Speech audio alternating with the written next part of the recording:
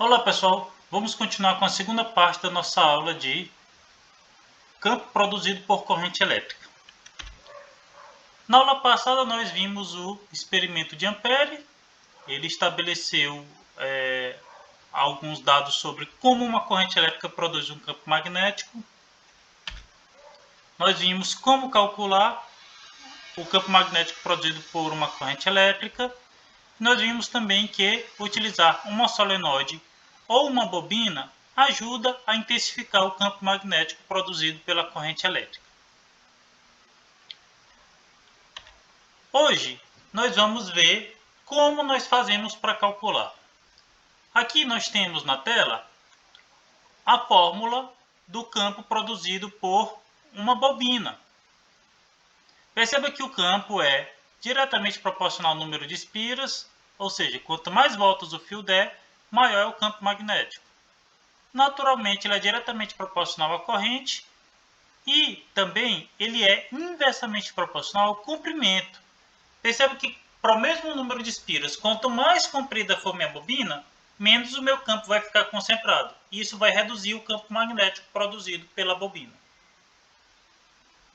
Perceba que nossas unidades de B é Tesla, corrente Ampere, comprimento da bobina em metros, ok? Lembre-se que o comprimento da bobina é em metros. Se a questão lhe der em centímetros, converta para metro, que é a unidade do SI.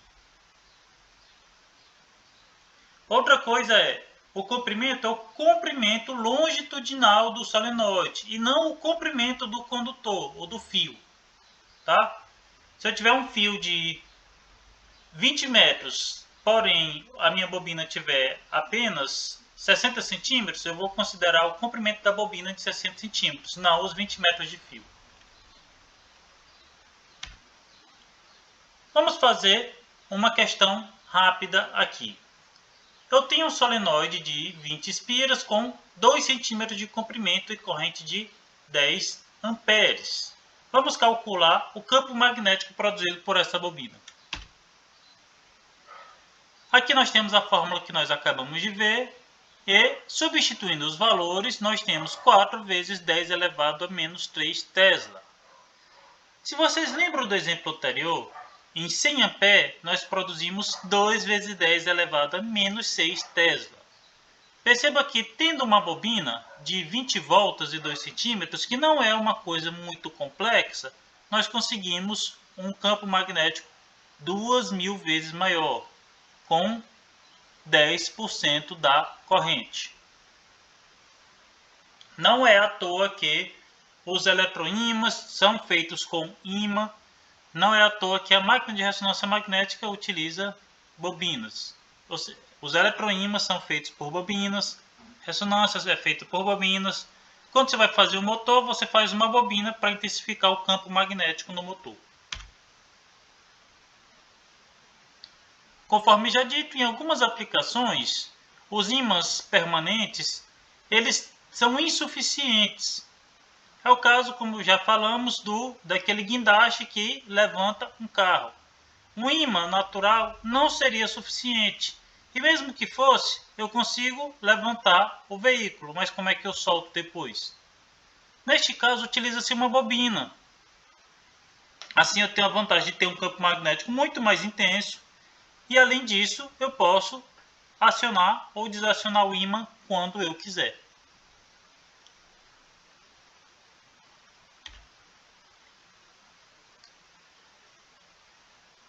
Como eu relaciono o campo magnético com o fluxo magnético?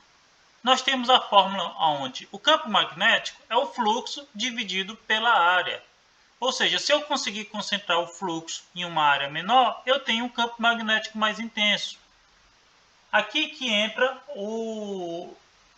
mais uma vez, a permeabilidade magnética do meio.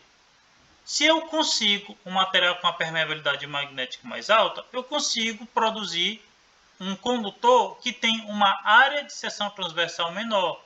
E assim meu fluxo fica mais concentrado e dessa forma o campo magnético é mais intenso. Esse é o princípio da construção de um transformador. Eu consigo fazer um transformador menor se eu usar um material de maior qualidade que concentra o fluxo numa área menor. E aí o transformador fica com um tamanho menor e normalmente mais barato.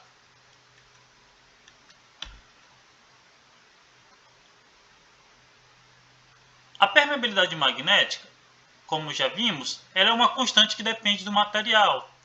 A permeabilidade para o vácuo, que nós já utilizamos em duas das questões, é 4π vezes 10 elevado a menos 7. Ela é chamada de μ0. Para outros materiais, nós temos a permeabilidade relativa, que a gente chama de μr. Ela é a relação entre a permeabilidade do material e a do vácuo, que é μ0. Assim, μr é a permeabilidade do material dividido por μ0. Tendo essa relação, isso pode facilitar o cálculo de permeabilidade. Para termos exemplos aqui, nós temos uma questão onde eu quero, para a mesma questão anterior, o que vai mudar se eu colocar um material com 4.000 vezes a permeabilidade magnética do vácuo. Substituindo naquela fórmula, perceba que o μ relativo é 4.000 vezes maior. Então eu vou multiplicar 4.000 vezes a permeabilidade que eu já tinha. Eu vou encontrar um campo magnético de 16 Tesla. Ou seja, eu tenho um campo magnético muito maior graças a um material com maior capacidade de condução de campo magnético. Para finalizar, vamos falar um pouquinho da ressonância magnética, que é uma aplicação do nosso dia a dia, embora não seja tão comum a pessoa se submeter a esse exame. A ressonância magnética é um tipo de exame de imagem. Você precisa ver a parte interior do corpo da pessoa. Como o nosso corpo é constituído principalmente por água, a ressonância magnética ela utiliza a água para fazer isso. Mas como?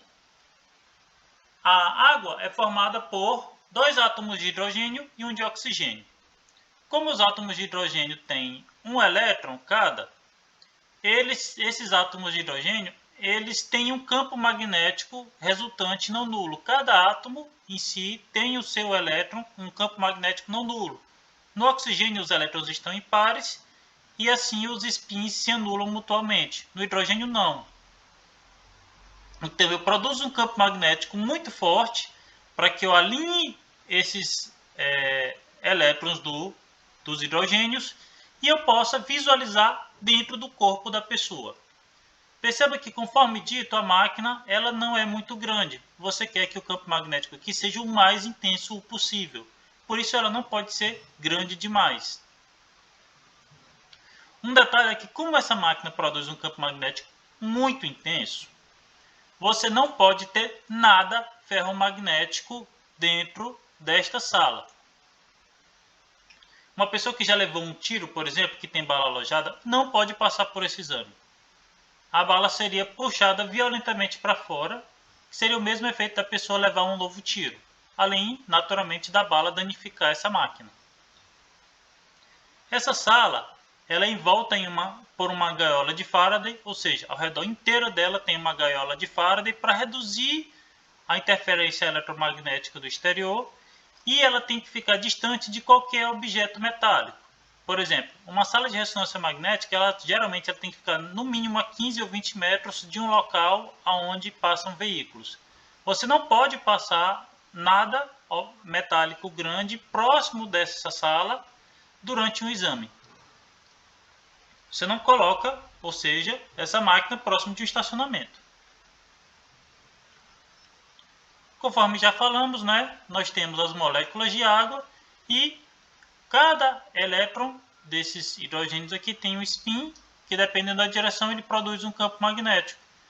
Com o campo magnético forte produzido pela máquina, eu vou alinhar essas moléculas e isso permite a visualização do corpo do paciente. Assim, pessoal, nós finalizamos esta aula de hoje. Obrigado a todos.